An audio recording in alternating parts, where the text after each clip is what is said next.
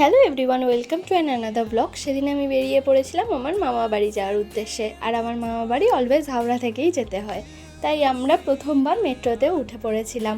এখানে কি সুন্দর একটা অ্যাম্বিয়েন্স ক্রিয়েট করেছে ঠিক গঙ্গায় ঢোকার আগে, সেটাই তোমাদের সঙ্গে একটু শেয়ার করব ভাবলাম, তাই এই ভিডিওটা পোস্ট করা। আর যারা মেট্রো সিটিতে থাকো তারা তো জানোই, মেট্রোতে জাস্ট একটা নাম অ্যানাউন্স করে যে আমরা এই স্টেশনে ঢুকছি, বাট এখানে পুরো গঙ্গার হিস্ট্রি সব কিছু বলেছে। এমনকি মেট্রোটা যে 1616 তৈরি করা হয়েছে সেটা ওরা শেয়ার করেছে। হয়তো এটা পরবর্তীকালে কলকাতার ইতিহাসেও যুক্ত হবে।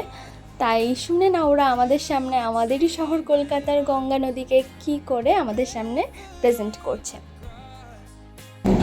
कुछ ही क्षणों में ये ट्रेन नीचे मेट्रो रेल सड़क में प्रवेश करेगी।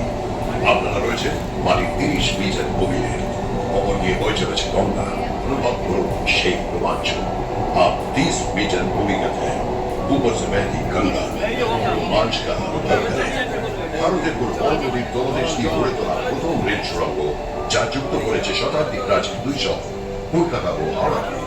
ईस्ट वेस्ट मेट्रो कॉरिडोर की ये सुड़ंग एक प्रमुख नदी के नीचे भारत की पहली रेल सुड़ंग है, जो सदियों पुराने दो शहरों कलकत्ता और हावड़ा को जोड़ती है। এটি নির্মাণের সময় লেগেছে মাত্র 66 দিন। इसे बनाने में केवल 66 दिन लगे। नदी गौर को अतिक्रम করে আমরা প্রবেশ করলাম হাওড়ায়। नदी पार करके हम हावड़ा में दाखिल हुए। কি সুন্দরভাবে প্রেজেন্ট করলো বলো। তো যারা এখনও চড়োনি এসপ্ল্যানেড টু হাওড়ার মেট্রোতে তারা অবশ্যই চড়ো। আর যারা আমার এই ভিডিওটা দেখলে তারা অবশ্যই like, comment, share and subscribe করে দিও। দেখা হবে অন্য একটা ব্লগে। ততদিনের জন্য ভালো থেকো, টাটা।